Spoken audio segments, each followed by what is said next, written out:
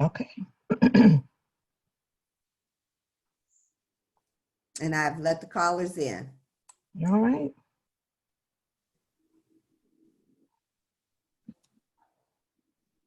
Good morning to everyone.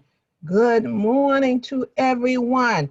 Today is Friday. Some people say, thank God it's Friday. I say it doesn't matter to me. Long as I'm living, I thank God I am amongst the living. This is your Detroit City Council President Brenda Jones. Some know me as the Citizen's Voice. And I am joining you, and you are joining me this morning for coffee, tea, water, whatever your favorite drink is, and conversations. We are also live on Facebook at facebook.com/CP Brenda Jones. And that's for those who would like to see the slides that we will be reviewing shortly. I'm calling this a special edition of Coffee and Conversations because we're going to just be focusing on one topic this morning. This morning, I'll be giving you an overview of the revised community engagement ordinance that I sponsored. The revisions in this version reflects the valuable comments and feedback that I have been receiving during the first two community presentations. This ordinance seeks to create a standard community engagement policy within the city of Detroit that will last for years to come and withstand any administration or any legislative body. It's the first of this kind, and this legislation has the potential to pioneer community engagement policies in communities across the nation. At the end of the presentation, you will have that opportunity to ask questions and to give comments by pressing *9 on your phone. And if you are live with us on Facebook, you will be able to type in your question for us to be able to respond. We are going to begin the slide presentation. And it is again the revised community engagement ordinance for the city of Detroit. And it is the community engagement policy. The community engagement proposal types and classes are only items specified in the ordinance that are subject to community engagement requirements. If there is an in-person meeting and you live within 300 feet radar, you will receive a notification. And that is a requirement in the ordinance that are subject to community engagement requirements. Due to budget and staffing constraints, this requirement is increased. This does not— Council President, not able to be increased. It can't be increased. Just on that point, it cannot be. It does not increase. I'm sorry. That's okay. I cannot see the complete screen.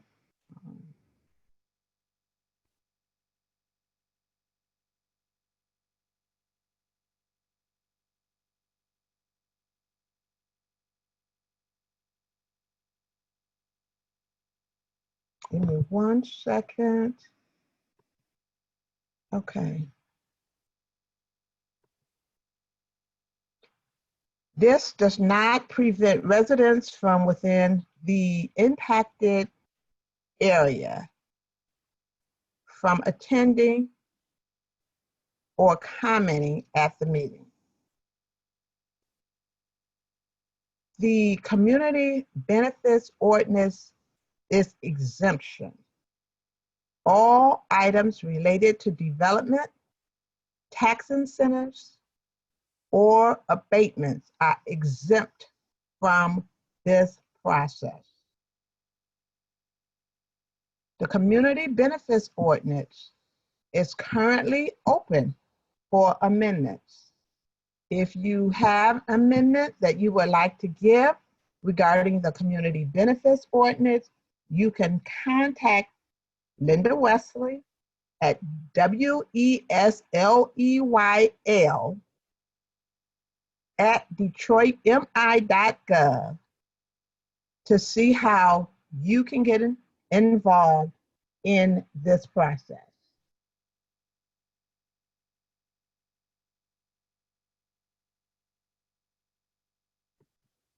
Now let me recap what I just said. The community engagement requirements. There are several classes for the community engagement. Class A, prior to City Council submission, the citywide proposal will be impacting the entire city. And then there is a neighborhood proposal. And this proposal will just be impacting the people in the community. So let me go through that again because that was a little confusing. There are two classes for the community engagement. One is a citywide proposal. This would be a proposal that impacts the entire city. The next one, the next class is a neighborhood proposal. And this proposal is a proposal that is just only impacting the neighborhood. Class A, prior to City Council submission, there would be one meeting in person or virtual in each of the 7 city districts if it is a citywide proposal.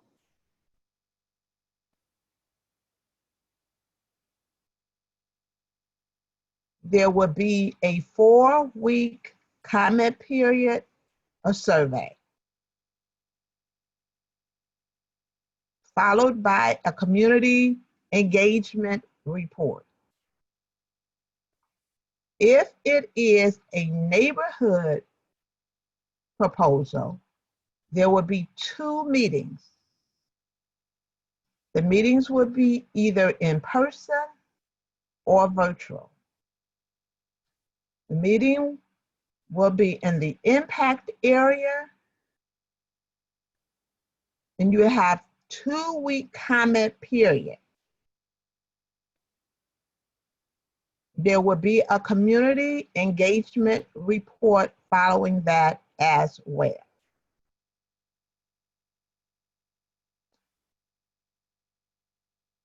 Class B, after no City Council approval required,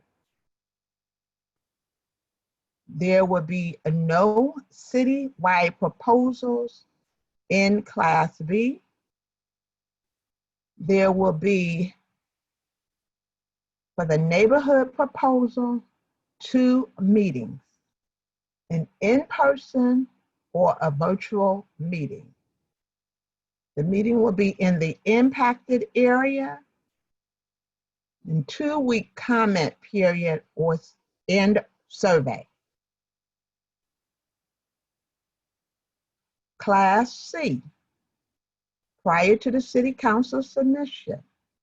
This will not also be a citywide proposal. It would only be a neighborhood proposal.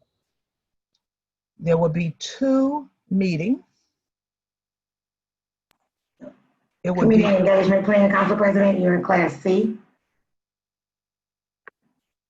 I'm sorry, am I on class C? Yes, ma'am.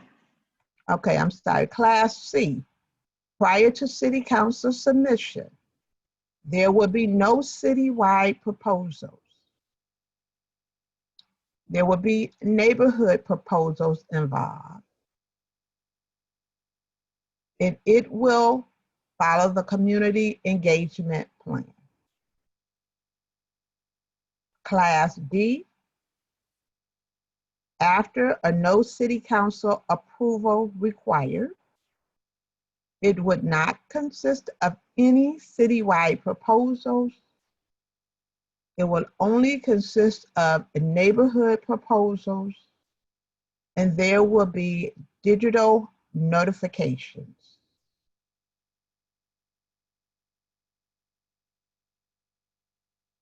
For the citywide proposals for Class A, you will have the approval of the mayor's recommended budget.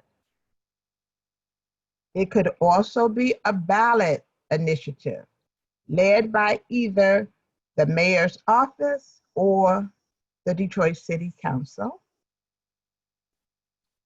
A citywide proposal could be an approval of the request to solicit City of Detroit bonds.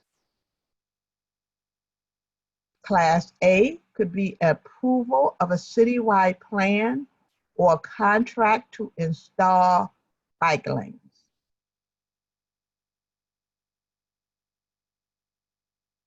It could be approval of a citywide park improvement plan, and it would be the community amendment. That's just signifying, Council President, that that's a community ad. Right, that would be the community amendment that they added. Yes.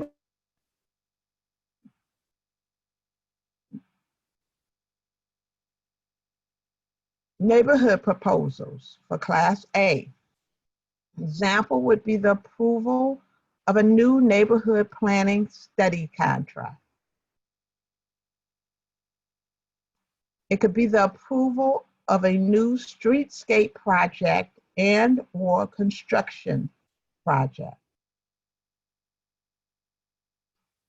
It could be major land sales where 5 acres or more of publicly or authority owned land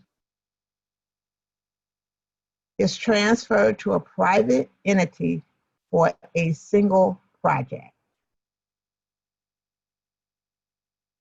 Large land sales would be included. And this is the closest that we were able to get to the RFP or the RFQ items related to land sales without violating the separation of powers within the charter.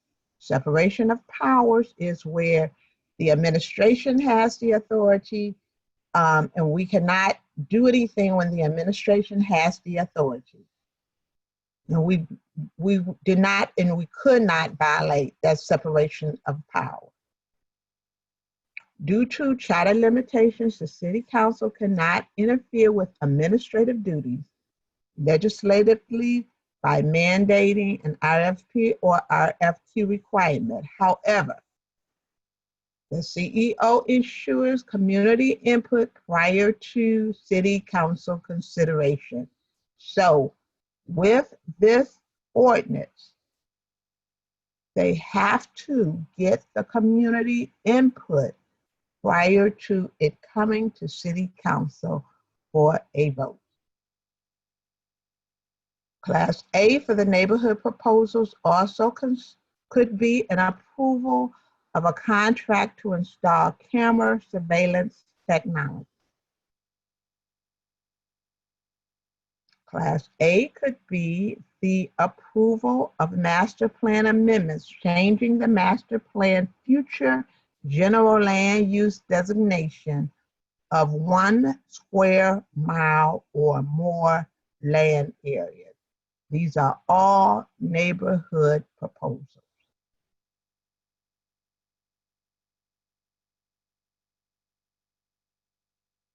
For neighborhood proposals, Class B, an example would be the installation of new bike lanes. For neighborhood proposals, an example of Class C would be the approval of new neighborhood planning study. For Class D, for neighborhood proposals, an example would be the installation of speed humps or the installation of camera surveillance technology.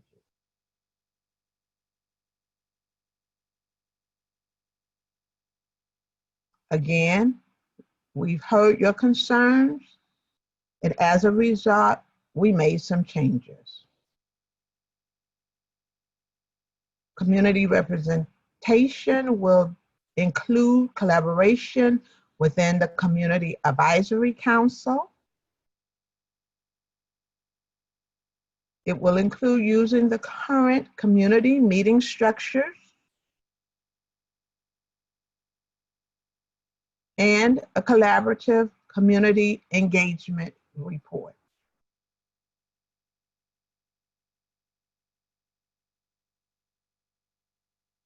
For access to documents and enhanced notice, all relevant documents are provided to the community with notice. All information is provided in the notice.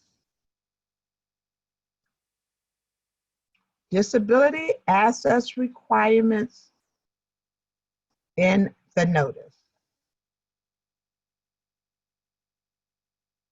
What is sufficient registration? The Department of Neighborhoods registration database and the registration process.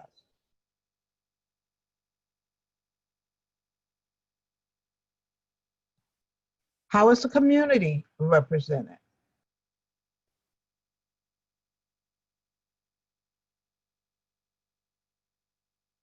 Addition of a Community Advisory Council.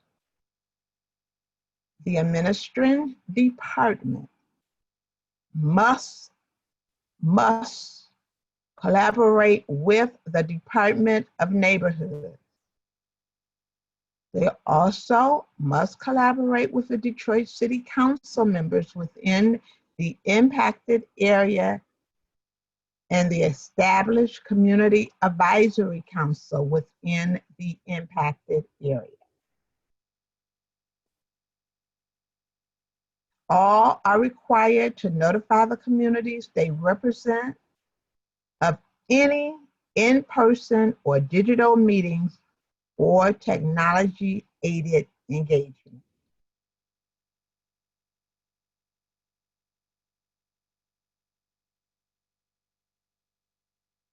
In addition of meeting collaborations could be in addition to meetings and notice collaboration within the CACs. Any required meetings can happen at a neighborhood, block club, or charter mandated meeting. This will prevent meetings from overlapping, and it will also allow collaboration with neighborhood groups.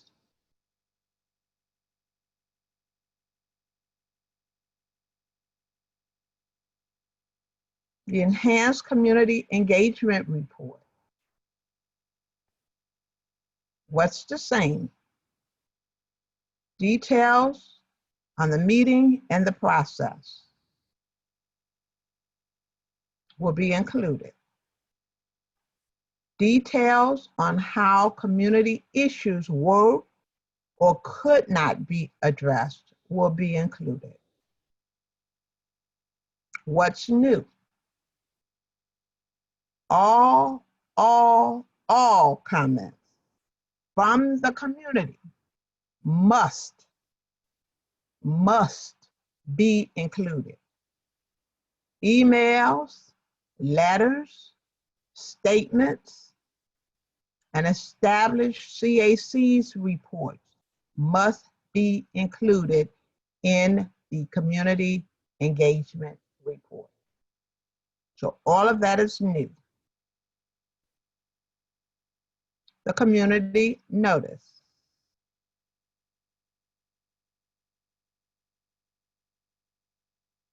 For meetings or action notification, what's the same? The location or the digital access information, the date, the time, and or the technology-aided instructions. Notification to residents within 300 radar feet of the meeting location.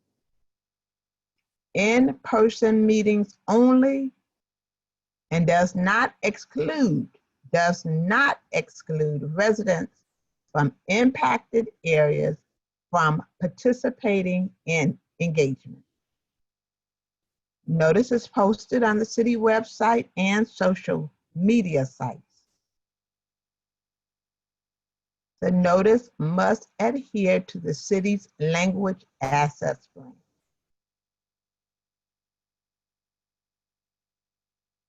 For the meeting or action notification, what's new? The notification must include all relevant documents to ensure residents are prepared for discussion. Residents are prepared for comments or to receive information. The notification must include information on how to access disability and translation services for any meeting. Meeting notification must include contact information for assistance for technology-aided options. The Department of Neighborhoods, the City Council members, and the CACs are required to send notification to their digital contact list.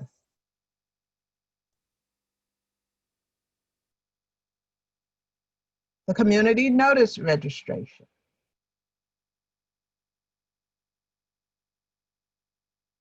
The addition of the Department of Neighborhoods community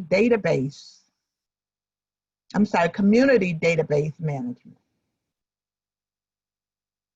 It requires the following entities to be a part of the database to ensure maximum community outreach.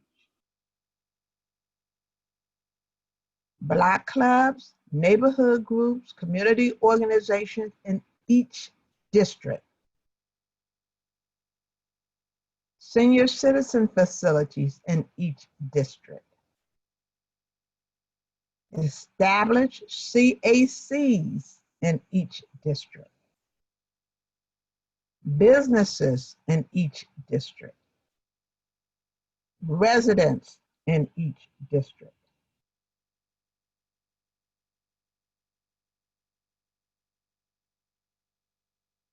Requires a consistent method for registrations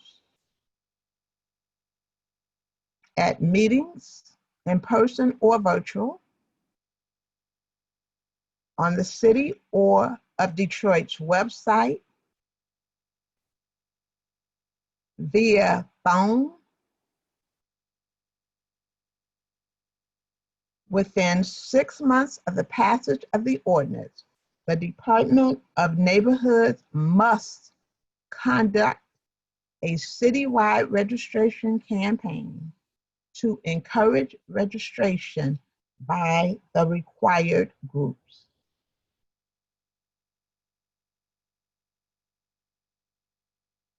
Additional requirements. The Department of Neighborhoods is required to submit an annual engagement report. This ensures legislative oversight for engagement that happens after City Council or that does not require City Council approval.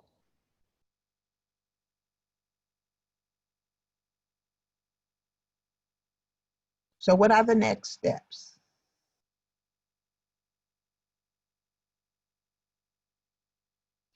A submission of amendments or additions to the policy.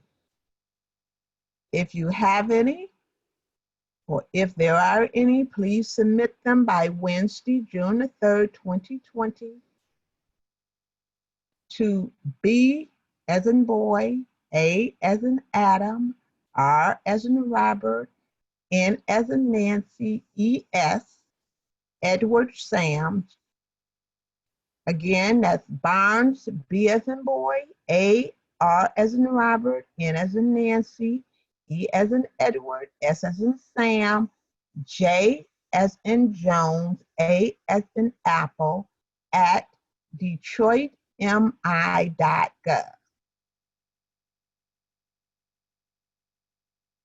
BARNESJA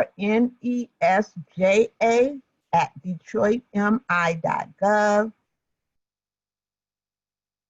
Submit them to that website by Wednesday, June the 3rd. And when submitting changes, please consider the following. Number 1, is there a financial impact? Number 2, will there be a staffing increase required? And just to let you know that changes requiring any increase in staffing or funding are unlikely to happen due to the current budgetary restrictions.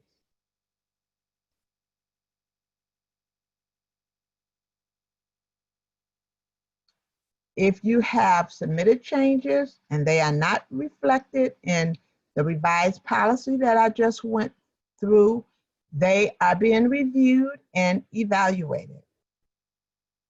A response will be provided once a final determination has been made on any fiscal or staffing impacts of the requested change.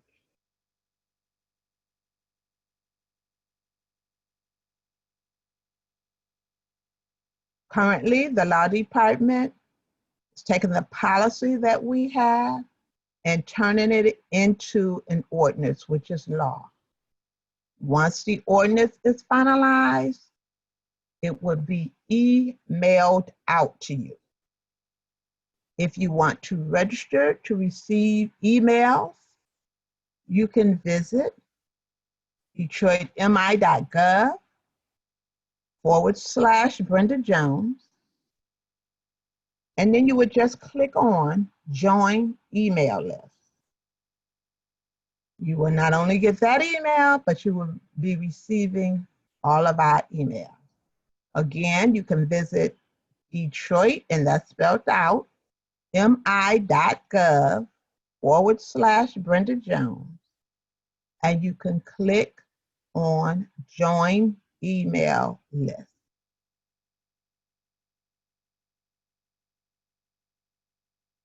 It's now your turn. If you have any questions, if you have any comments, if you have any concerns, now it's your turn to press *9 on your phone. That will raise your hand. Or you can type in your question or your comment on Facebook if you are on Facebook Live. I do see 973 as the last 3 digits with their hand raised. 973 has their hand raised. 973 is muted, Madam President. I'm sorry. Caller 973, you are unmuted. Okay. Good morning, everyone. Good morning. Good morning, Council President Brenda Jones. I'm glad you're doing very well. Been praying for you, and thank you for those prayer sessions you had in the last few weeks. They were very helpful. Thank you. And thank you for your prayer. Yes, and I'm glad. I hope everyone continue to stay safe during this pandemic.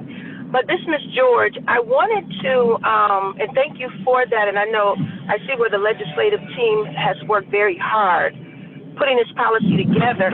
But what I wanted to ask a question, is there any way that, and I know the pandemic has displayed the structural weaknesses, whether it be under racism or disparities, or just not knowing what to do, that can be added with this pandemic. There were things that I saw you say exempt tax abatements, but can there be things changed because the pandemic showed some of the structural issues that we have? For example, I know some nurses, we made complaints against Marathon because over in the 48217 zip code, there were over 1,100 COVID-19 cases, as well as almost 2,000 cases in that 48219, 48235 zip code with weed dispensaries, high asthma rates. And even in the Washington Post or New York Times, they stated that Detroit, and in that zip code, I know in 2010, that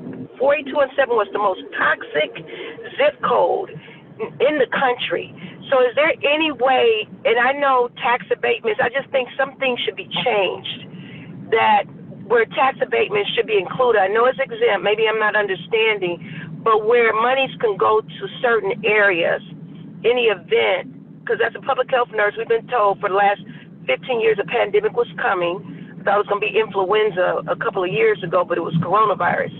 So is there anything that can be changed?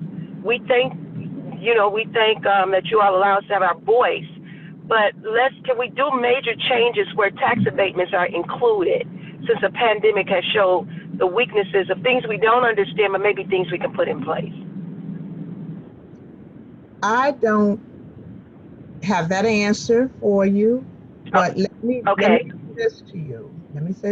Yes, ma'am. There are dollars that have come to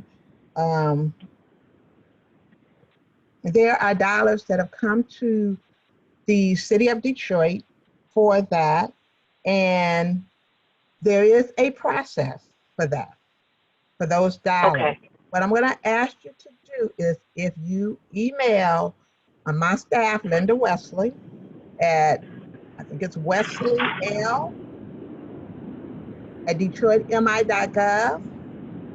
Yes, ma'am. And she will get back with you on that particular situation. Okay, thank you, Council President. All right, thank you. I see another hand raised. Madam President, our next caller, the last three digits of their phone number is 124. Caller 124, you are unmuted. Good morning. Yes, good morning. So I thank you for your efforts in working on this legislation. And I don't know, was community engagement defined anywhere in the legislation? And because my concern is that lots of times people come out, the city people come out and they give some information, but they really aren't engaging the community to get their ideas first. And like, it seems to me around development that engagement with the community should form the inspiration of the plans and not be an afterthought. I know that this would work for some issues, like it would have been fabulous for the land bank MOU, because that's something that impacts the city, and I think there should have been a town hall meeting about it. But what can be done to gather citizen input? Because input in terms of forming the inspiration of the plan. And again, I know sometimes there are development issues and sometimes it may be an ordinance that you want to do community engagement about. But in terms of development issues, how can you help residents have more input?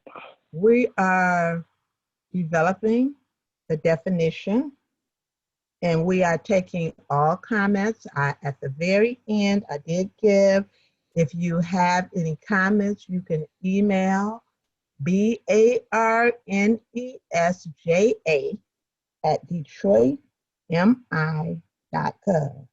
That's the purpose of the process. It is for input. And again, you can email BARNES, B as in boy, ARNESJA at DetroitMI.gov if you would like to make a comment or input. And we ask that all comments go in by Wednesday. Thank you, Madam President. Our next caller, last three digits of the phone number is 774. Caller 774, you are unmuted. Good morning. Good morning. You are unmuted. We can hear you. Hi, this is Adrian Collins, and I was just interested in being made aware of any of the suggested neighborhood planning studies, because over the years, there was one in particular that I was involved with, the Mount Elliott Business District, and God only knows whatever happened to that, and we've not been made aware of what had been discovered and what was going to be done with that. So I'm just wondering, can we include being updated in the communities in regards to these neighborhood planning studies? Thank you. Thank you. If you would like to be added to our email list, you can join our website, be added to the email list, and that is by going to DetroitMI.gov/Brenda Jones, and you will click on email list, and we will add you to our email list, and we will send you all information. If there is something in particular you are requesting, you can request it. You can go onto our website and you can request exactly what you are requesting to be emailed. You can also look upon the Legislative Policy Division. They might have the possible study that you are requesting up on their website. I don't know if you can check it. Ms. Council Barnes? President, yeah, and so as it relates to his question regarding adding updates to the ordinance, that's why we have the community engagement plan required for the neighborhood planning studies. And in addition to the meetings and the timeline on the meetings, we can also add that there are updates on the plan, a part of the community engagement plan, so that we can ensure that there's an update mechanism within the long-term plan. So that can definitely be done, sir. All right. Also, I was interested in the community notice registration. Is it possible to include 501c3s, the L3Cs, and with the pandemic, food pantries in our communities? Because we just don't know who's here in our communities. So I wanted to suggest that as well. Thank you. So you're saying you're trying to find out who is in your community, and I'm not sure I even understand that portion of the question. You're saying who lives in the community is what you're trying to find out? No, the very last mention of this, of your agenda talks about the community notice registration process. Correct. And it lists those that will be notified and or that are listed as businesses, as residents. So I'm wondering if we could also include our 501s, because they're considered businesses, as well as our L3Cs, because they're considered businesses as well, which is an LLC. So I'm just wondering, in addition to that, if we can also include the locations of food pantries. If I'm mistaken, when I mentioned these, I thought that the question was that these are those people that are living within our districts or doing business. So my ask is to include the 501c3s and the L3Cs, as well as food pantries. Yes, we will in our community. Yes, we will definitely include them. And we are taking notes to make sure that we have all the information down that you are giving us. Thank you so much. Appreciate it. Sir, for clarity, you said the 501c3s and what was the other group type? L as in low, L3 as in the number 3 and C. It's a LLC that's modified. It's Okay. L3C. And then the food pantries, correct? Ma'am, yes, ma'am. Okay, thank you. You're welcome. Thank you. Thank you. Much, caller. Our next caller. Our next caller, Madam President, is caller number 264. That's the last 3 digits of your phone number. Caller 264, you are unmuted. Good morning. Good morning. This is Diane Bostic Robinson with the Historic Boston Edison Association. First, I want to thank you and staff for all your efforts on this subject, and especially reaching out and including what I see is an inclusive, diverse participation program. And so I commend you on that. My question is, after reading anything, did I miss seeing a timeline for when a decision will be made? Again, you're getting community input and et cetera, and there's timelines as it relates to that, but did I miss seeing a timeline when decisions will be made on each of these areas?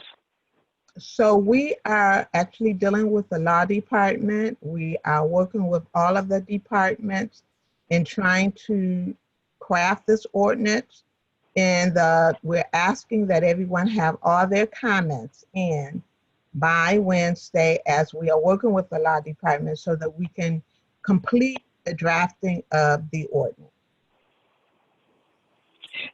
Yes, I understand that. Thank you for that.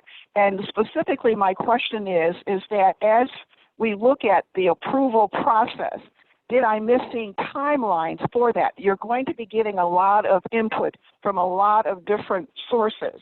So once that input is given and once the community engagement plan is written up, how long then will it take council or whomever is the last person to say, yes, this is approved?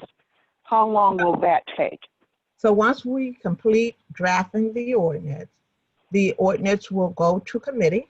It will be referred to committee. That is basically up to the 3 people in that committee.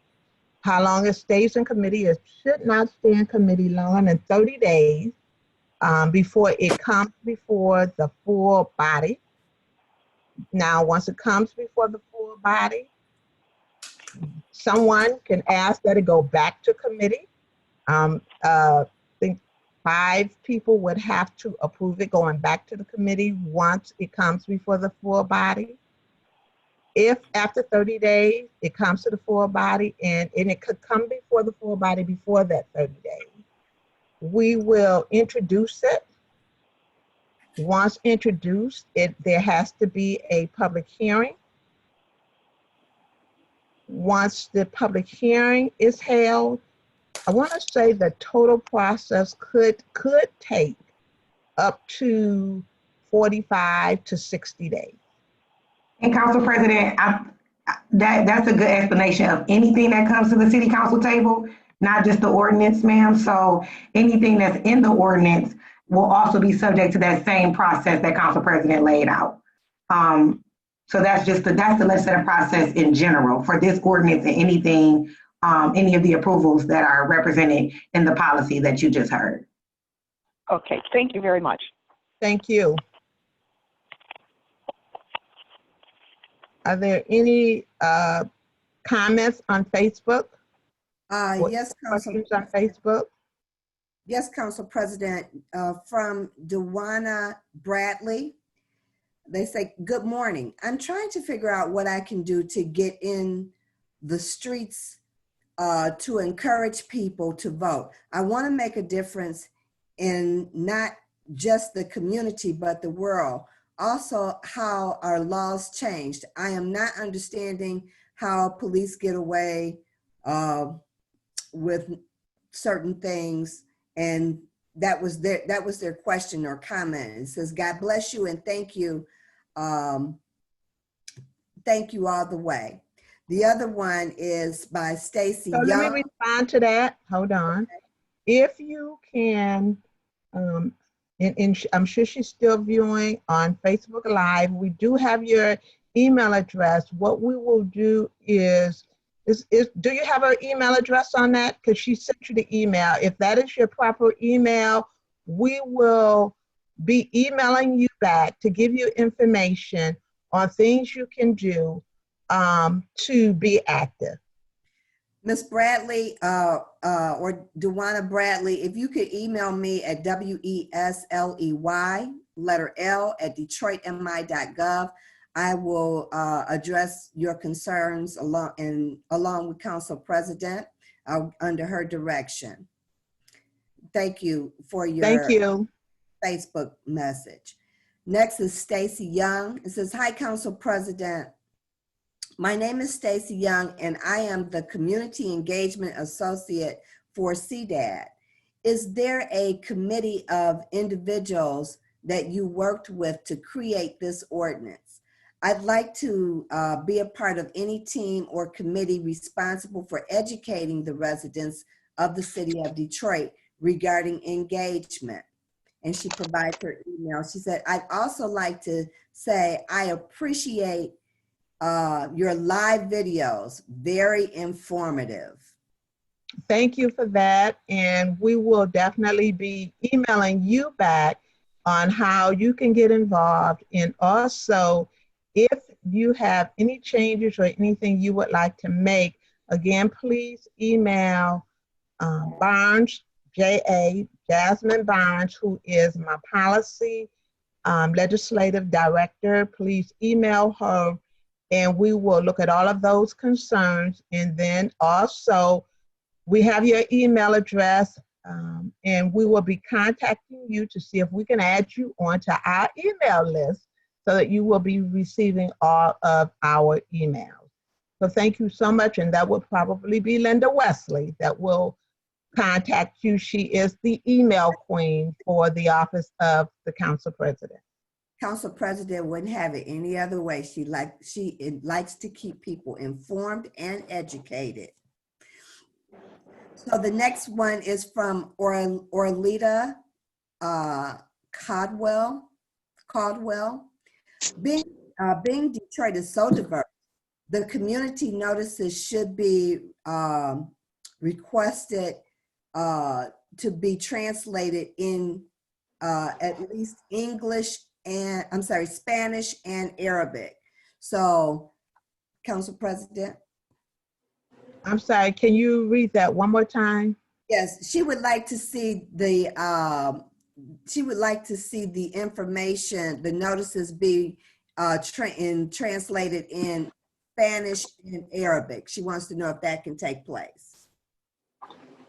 We will definitely check to see how we can get the information translated. If humanly possible, it will happen. Council President. To get all of the information that we have. Ms. Barnes, I think you have joined us. Do you know if I know we are working with Creole, if it can be translated, all of this? Yes, so currently in the draft as it is, everything, all notices, all information, it has to be consistent with the language access plan, which does consist of having documents translated in various languages, as the city is already doing with mass emailing as needed. So the ordinance does require that, and we did address that in the ordinance, as well as disability services for our residents that are hearing impaired. So just how we have Mr. Chris Perry here for our meeting, all the notices must have information on how to contact Creole if they need translation services. So we did address that in the current legislation that's being drafted. Okay, thank you.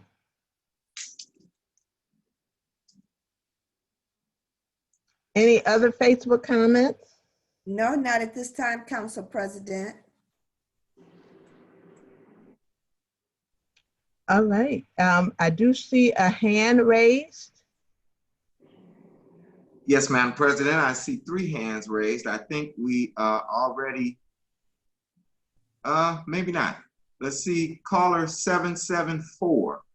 Caller 774, that's the last 3 digits of your phone number. You are unmuted. Hi, again, this is Adrian Collins, and I'm just really interested in knowing how can I be considered to be an advisory council member. Thank you so much. Are you referring to a community advisory council member for your community advisory Yes, council? ma'am. Yes, precisely. Okay, I don't know what district you are in, but if you contact your district Three. council member, have you Yes. contacted your district council member?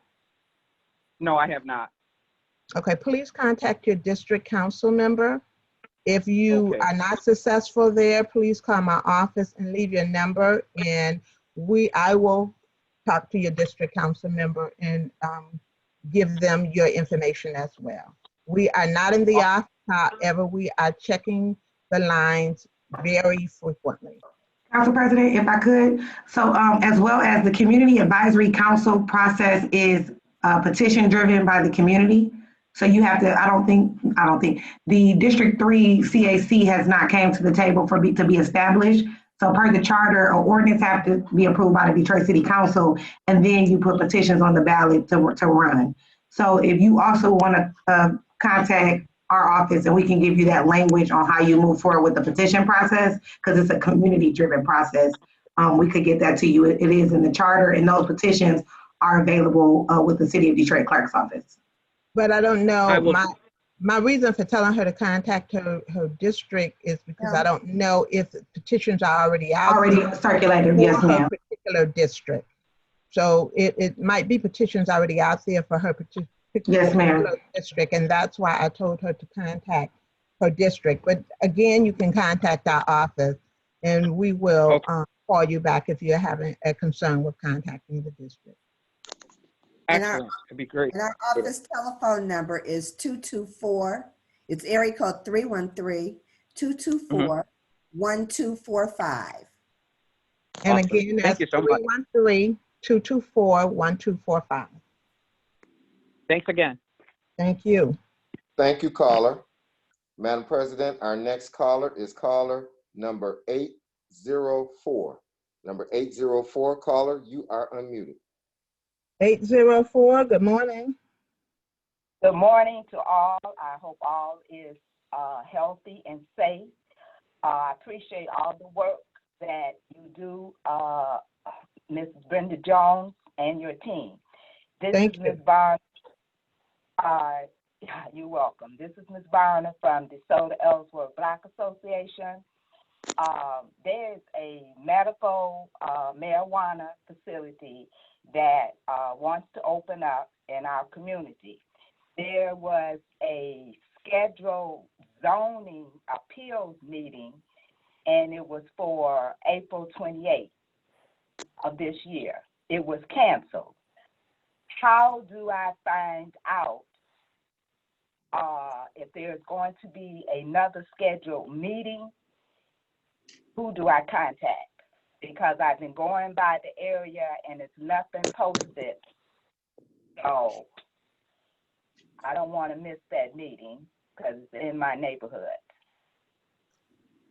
If you call our office, I want to say, I don't know who's hosting that meeting. It might be a meeting that's hosted by building safety, by the zoning, BZA.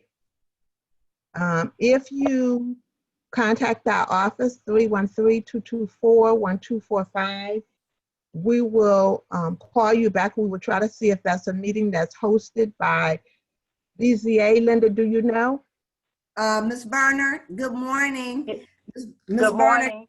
Good morning. You have my cell number. If you could call me, I'll find out that information. Do you have my cell number? Yes, if the number has not changed, I do have it. It's the same. If you could call me, I'll find that information out for you. All right, Okay. I appreciate it. Oh, you're we're in the welcome. process. Thank you. We're Have in a the good one. Have a process. good weekend. Thank you. Thank you. Madam President, our next caller, I believe we had this caller before, but I'm going to go down this road again. Caller 244, you are unmuted. Caller 244, good morning. Good morning. Hope all is well, and thank you for this meeting. I just have one question pertaining to the in-person meeting, 300 feet notification requirements. If it's in an industrial area or commercial area that doesn't necessarily hit the residents, but it does affect us, is it possible that that can be like specialized to reach the neighborhood? Because there was a grow facility that was coming into our neighborhood and no one knew about it, but the 300 feet didn't actually notify anyone. Okay. I'm sorry, go ahead. Can something be specialized for situations like this so that residents can still be informed? If there's nothing, no residents necessarily within that 300 feet, but it still affects us because it's literally like right across the street. We will take a note of that and we will take that back. Mm-hmm. Thank you. You're welcome. Thank you. Madam President, that's all the raised hands that I have in our line. Okay, and it is close to 10 o'clock, and I do want to end at 10 because this is a 9 to 10 coffee hour, and I do want to just make one announcement prior to ending and prior to thanking everyone, and that is today at 11 o'clock, there will be a produce giveaway in Highland Park. They will be giving out boxes of produce at the Highland Park City Hall, 12050 Woodward Avenue. You do not have to be a resident of Highland Park. I am working in conjunction with someone, and we are going around to different areas, and we will be doing produce giveaways. And they are possibly unloading the semi right now, and I believe there is approximately 600 boxes that will be available. Again, that is at the Highland Park City Hall. If you are interested, you can go by, and we are looking at doing that every Friday at that location at around the same time. So again, the address is 12050 Woodward Avenue, and they will probably start doing the giveaway at roughly 11 o'clock. So feel free to go over and get produce. They are trying to expand it for next week, but this is the first week that this is will be taking place. And so I want to invite you to join us again at 12 noon, where we will be highlighting our heroes on the same number. I want to thank you all for joining us this morning on this special edition of Coffee, Tea, Water, or your favorite beverage and conversations. At 12 noon, when we will be highlighting our heroes, these are the men and the women who go to work each day so we can stay home and stay safe. On Wednesday at 2 p.m., I will be live speaking of things that have happened at the council table, and I will be giving you a legislative update. You can also follow me on social media to get the dates and the times of all of my digital community outreaches, or you can visit detroitmi.gov/Brenda Jones to join my email list.